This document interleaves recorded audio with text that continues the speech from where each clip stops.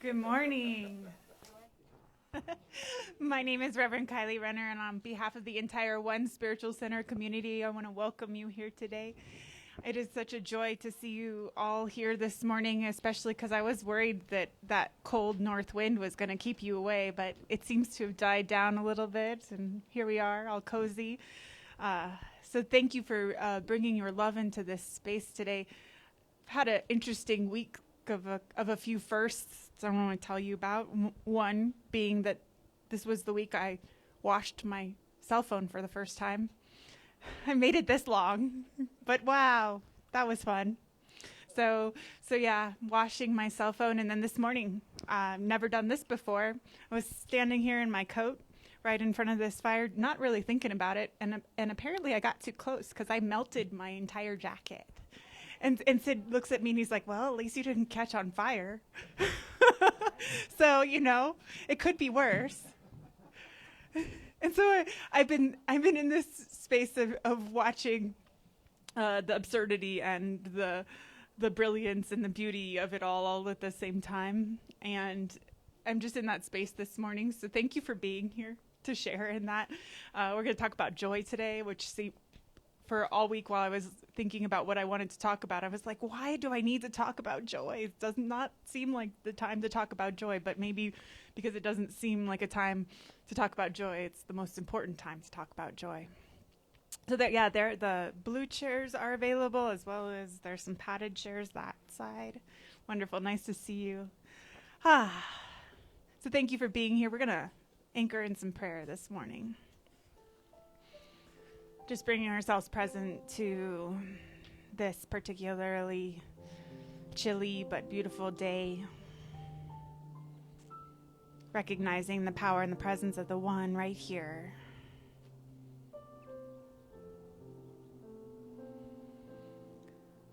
I know that Spirit is present, moving, shifting, changing, aligning.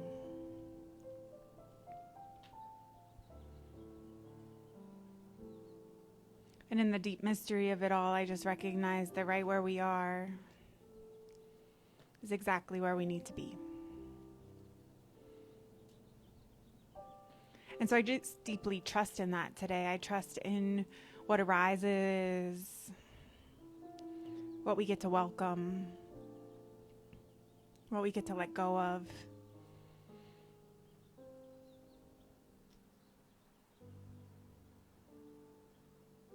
And I just breathe into this day.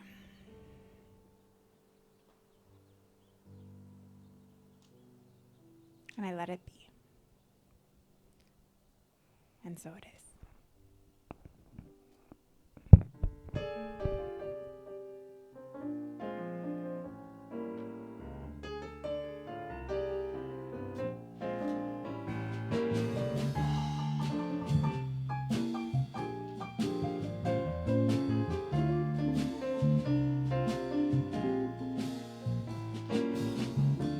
Birds flying high, you know how I feel.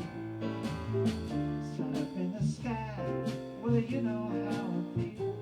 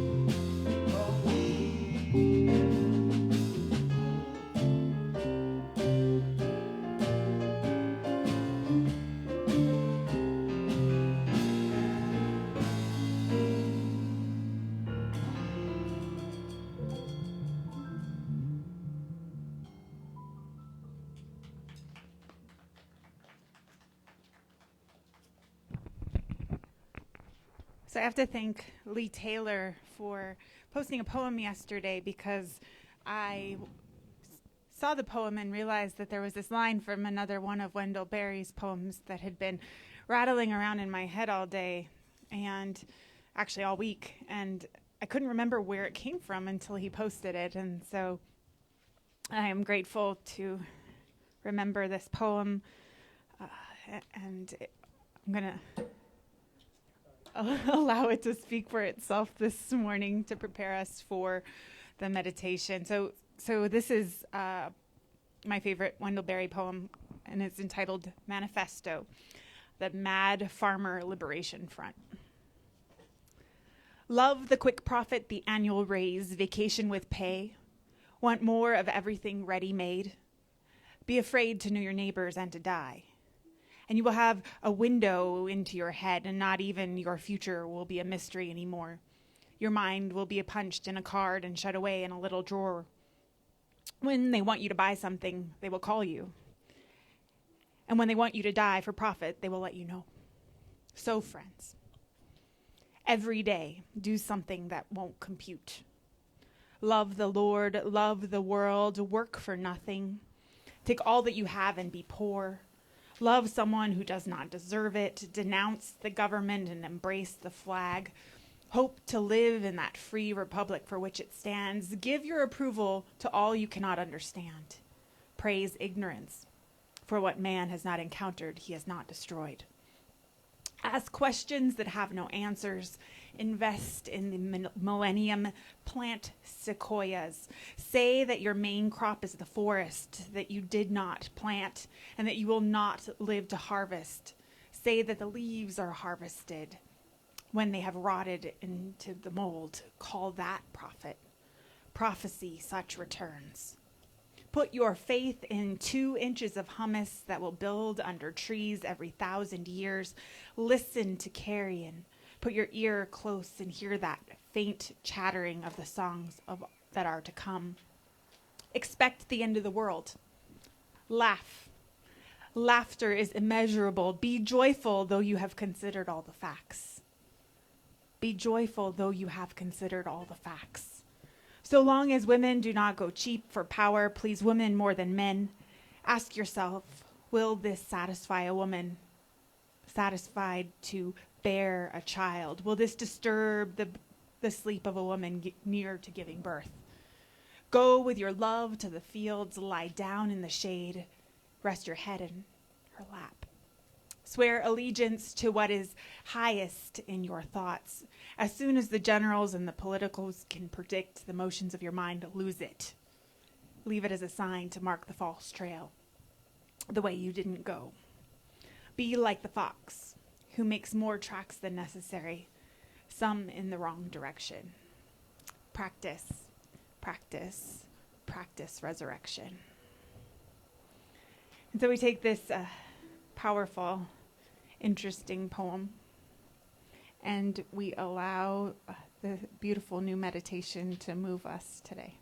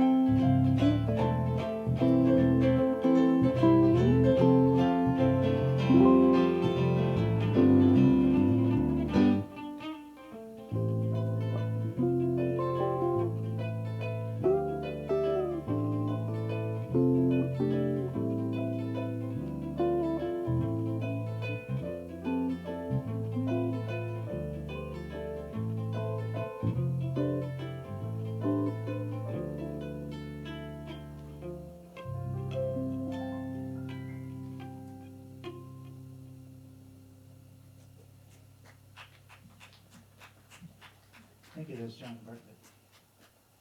Here's a tune by Miles Davis and Bill Evans. As soon as John unplugs his ukulele. Okay, I'll unplug this.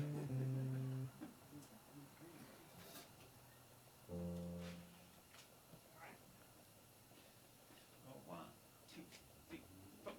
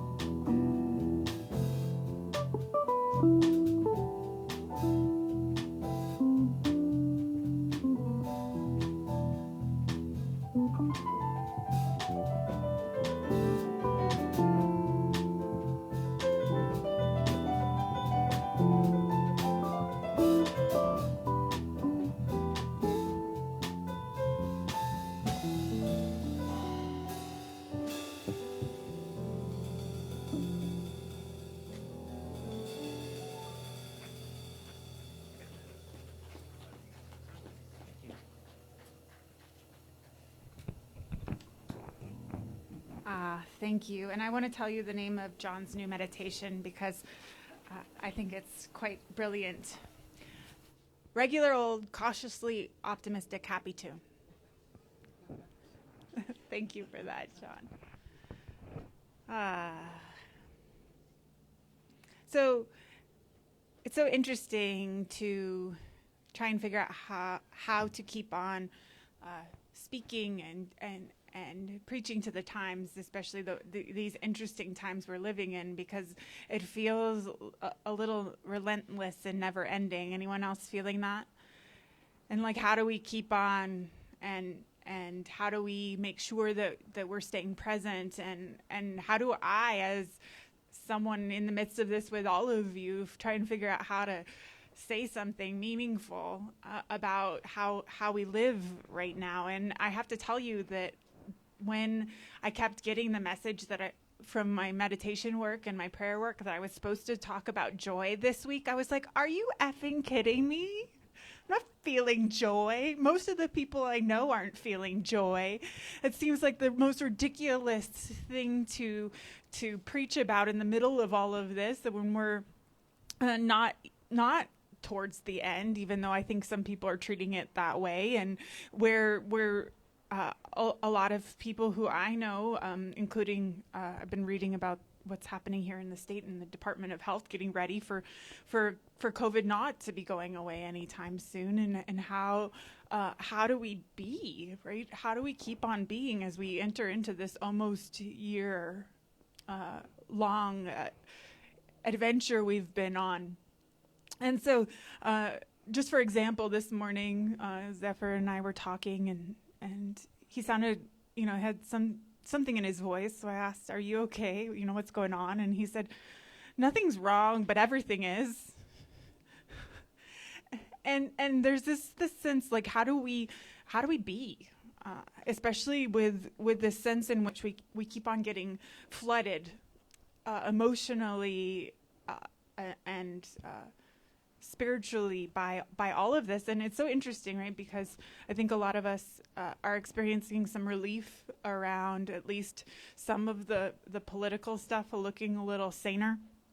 Having adults in the room is what I've been talking about, and making sure that those adults are leading the charge, and there's some relief there, but that we're still in this experience of being flooded by our experience. And there's this great part of a book by Daniel Goleman about emotional intelligence that talks about flooding, like the sense in which we're like getting inundated, and it's like, and it's relentless. And so what he says is the net effect of these distressing attitudes is to create incessant crisis, and it triggers emotional hijackings more often and makes it harder to recover from our resulting hurt and rage.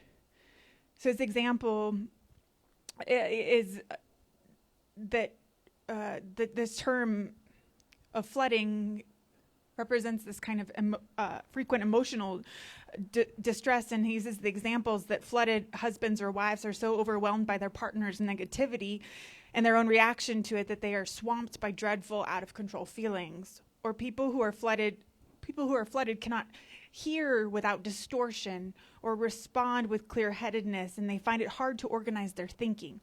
And they fall back on primitive reactions. They just want things to stop or want to run or sometimes to strike back. And so this kind of flooding becomes a self-perpetuating cycle. And I think that example is important from the perspective of not necessarily just our relationships with one another, but just our relationship to all of the things that are happening around us, and the fact that it's constant and unchanging, and so much of it is making us all feel like we have no control over things. And it's so interesting to watch how that causes that sense of distortion and the inability to respond, and creates that space where we're like, well, there's nothing to be joyful about. And so that's why I kept coming back to that line in the poem that I started with this week, because I think it's important to be able to get out of that distorted perspective, because what I recognize in myself is that when I get into that distorted perspective, that I lose that what he was calling clear sight and my ability to respond appropriately, and I just start reacting.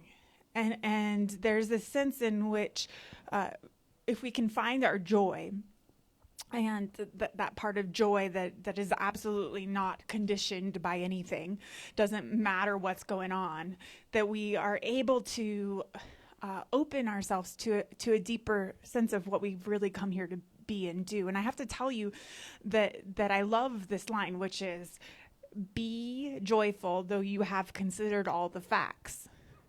Be joyful though you've considered all the facts. And I love that line, because there's so much of our culture that says that if you have considered all of the facts, you should not be joyful, right? If you are really actually informed, then there is absolutely no reason to be joyful. And the kind of idea that we can give ourselves permission to be joyful, even in the midst of sorrow and grief and the unknown and our own loneliness and all of that. If we can allow ourselves this space inside of ourselves to make sure that we're accessing our joy, I think we get out of some of that distortion, and the distortion that causes us to stop being able to see what's right in front of us. And so what I recognize in myself is that there's this capacity to like think myself out of joy, if that makes sense. It's like when I start to think about all the facts, I'm like, well, I really, how can I be happy? How can I be joyful in the midst of all of this? And I recognize that thinking out of it is ultimately somehow not understanding what I'm really here to do. Like, my brain isn't supposed to be used in that way. That there's this deeper place in me that is calling for a different understanding. And so there's this story about the Buddha and one of the last sermons he gave. And he did it without using a single word. And he had all of his disciples gather around him, and he stood in silence, and all he did was hold up a flower. And this flower was attached to its stem and roots and all. And he walked around the group and showed the flower to each of his students. And most of them had no idea what he was doing or what he was trying to say. But one truly saw what the flower was and started grinning from ear to ear. And that was how the Buddha's successor was chosen. The one who could see. And the Buddha is reported to later have said, if we could see the miracle in a single flower, clearly our whole life would change. And so here's the deal, right? Like, in the midst of all of this unknown and all of this change and all of the things that are coming to the surface and all of our grief, there is in the midst of that flowers, right? The very existence of the birds that were chirping earlier during the prayer, right? Like that, and if we can see that clearly, if we can give ourselves permission to be present to that, there's this space of joy that lives in us that we can access in the middle of even our deepest grief. And I just know how important that is, at least for me right now, is to remember that, because in the distortion, that gets harder to access, and it feels further away. But the invitation is there always, and so the best way to keep ourselves open to this is just really opening ourselves to make sure that we recognize and the deep mystery of it all. That somehow all of this can exist at the same time. That we can be in the presence of such a challenging time collectively, while still being able to access joy, while still being able to find peace, while still being able to access our heart and our compassion and our love, and letting all of that happen at the same time. And so when I was thinking about it, I was thinking about some of my greatest teachers of this have always been watching small children experience things.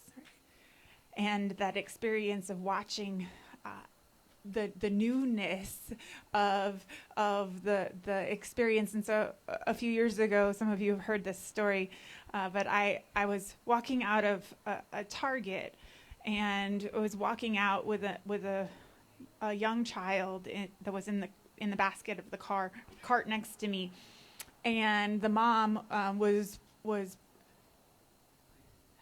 pushing the cart, and it's one of those weird seasonal things where we hadn't had any sort of precipitation at all for a really long time. And when we had gone into the store, it didn't look like anything was going to happen. But when we walked out, it was raining slightly. And we walked out together, and this little girl started to feel this stuff hitting her. And she was probably just around 18 months old, and she looked up like she was so confused. Like, was born and raised in New Mexico, and I have never seen this thing before. What the heck is happening? There's wet stuff coming from the sky, and I'm not in the bathroom. And it was such a joyous thing to watch this child discover rain.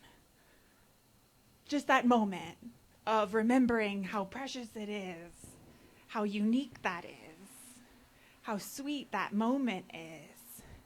And I realize that I like to look at that from the perspective of those experiences, that feel joyful. But, I shared before, I had the unique experience of washing my cell phone this week, which is unique, right?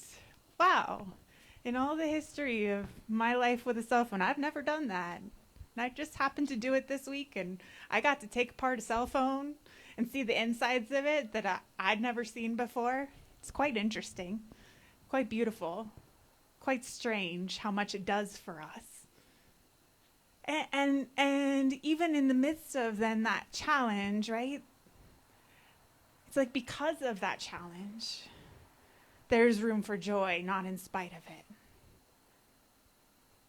Because of the discovery of rain, there's room for joy, not in spite of it. And we have to be able to do it for both things, both the things that feel challenging, right?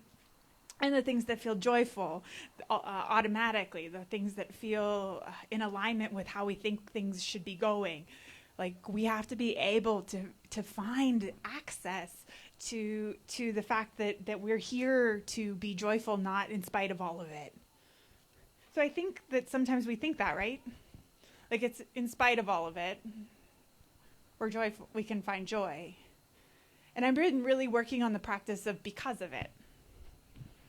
Because of the challenge, because of that experience, this is the place where joy is finding me and where I'm finding my deeper joy.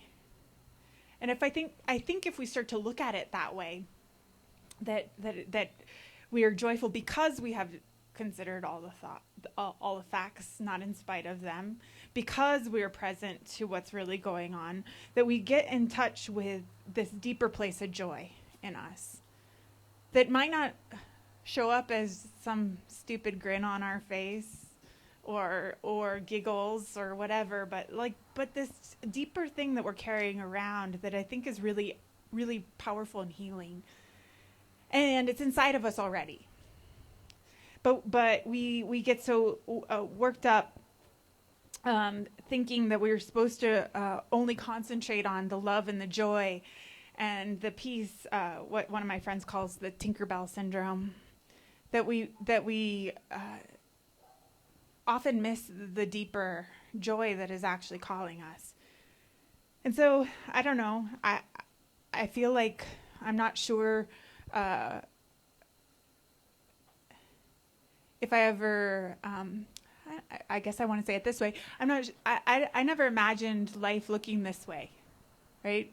I never imagined that in my experience of coming onto this planet that it would look like this, that we would collectively be doing this. I think this is for many of us something we didn't plan on, but here we are, right? And in the midst of that, I think we have to remember that the love that sent us here, on some level, didn't do this as a mistake. Like, this is not a mistake that we're collectively experiencing this. And so how do we allow ourselves to so deeply learn and grow and be nourished by each other and by life and the one that sent us here, that we remember more deeply this joy that's inside of us that we're meant to experience no matter what's going on, and the capacity we have to see what actually is, like the flower as it actually is, this experience as it actually is, not distorted by all of the rest of it, but really see it as it is, that we then are able to find a deeper joy. And I'm searching for that right now, and I'm committed to allowing it to find a bigger room, deeper space in me, as we just continue to put one foot in front of another, as we continue to learn and grow from this experience. And so I'm going to ask the band to come on up, because we're going to sing into our prayer today. And as we do so, I'm just going to ask you maybe to think about some place in your life where maybe you've been holding back from joy. Maybe you can sense that, because it feels like everything's just so overwhelming that joy doesn't feel like the place to go. And see if giving yourself permission, though you have considered all the facts, doesn't just shift something. So please join me as we sing into our prayer. A prayer of love lifts us high. It heals us, sustains us, and sets us free. Our prayer of love lifts us high. It heals us, sustains us, and sets us free. Our prayer of love lifts us high. It heals us, sustains us, and sets us free. So our prayer of love today is a prayer of deep joy. The deep joy of remembering why we're really here amidst all of the challenges and shifts and changes. The deep joy of recognizing, even in the midst of all of that, that there is room for peace and love and joy to fill us and to remind us of this deeper place inside of us that remembers why we've come here. and opens us to the transformation that is deeply calling. And so I just invite Spirit into all of the areas in our life that we have been holding it back from.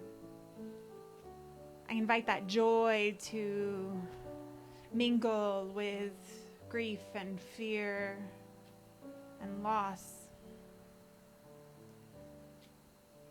And I let what is revealed on the other side of that, when it's all been tumbled together, to be a deeper and more powerful perspective that allows for the return to clear thinking and response. And so I just know that this prayer of love that we have for ourselves, we just send out to all of those who are hurting right now. We send joy into the hearts and lives of all those who are grieving, all of those who are experiencing loss. As we remember and we recognize this deep opportunity to spread that joy from the inside out.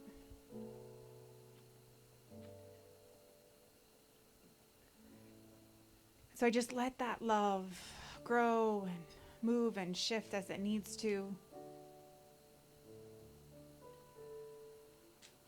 And I just let it be. And so it is. A prayer of love lifts us high. It heals us, sustains us, and sets us free. A prayer of love lifts us high. It heals us, sustains us, sets us free. A prayer of love lifts us high. It heals us, sustains us, and sets us free. A prayer of love lifts us high. It heals us, sustains us, and sets us free.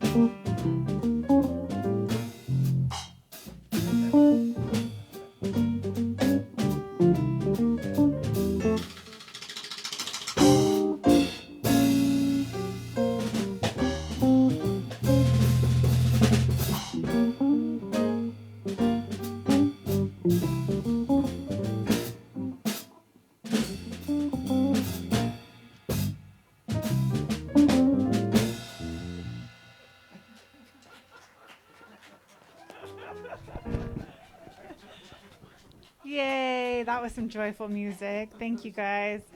What a blessing live music is. No. Yes, what a blessing. Joy, yes. So thank you everyone for being here today. I'm so glad that little wind died down. That was what a blessing that was today. I want to thank you for all of your love and support of this community and all of the ways that you continue to show up. If you want to make a donation here in person, we have baskets in the trees. And there's a place on our website where you can do that, or the PayPal link that is in the comments or will be shortly on our Facebook Live.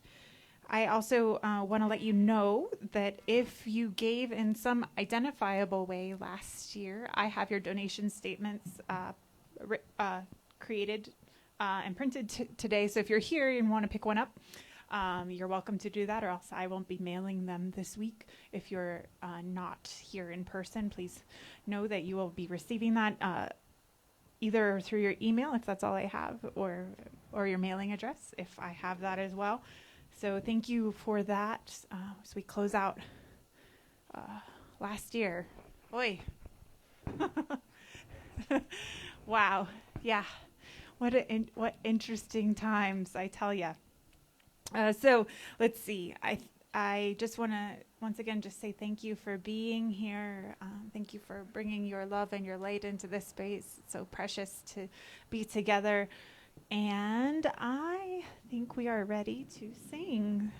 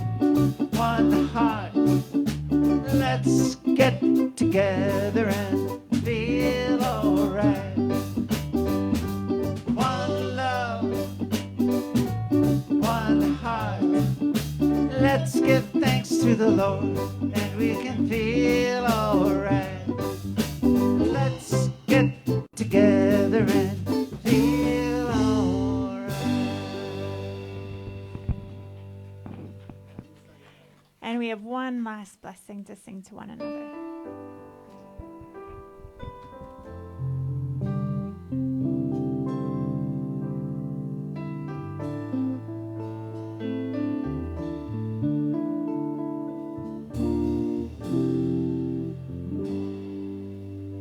Go forth and walk in beauty,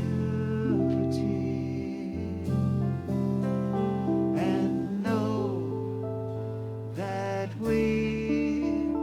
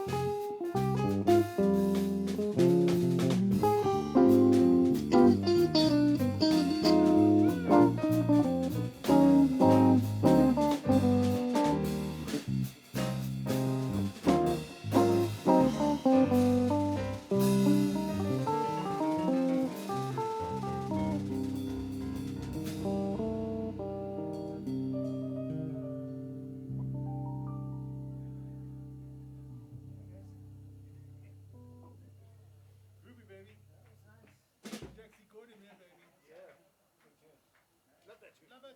If you can play it. Play Frozen.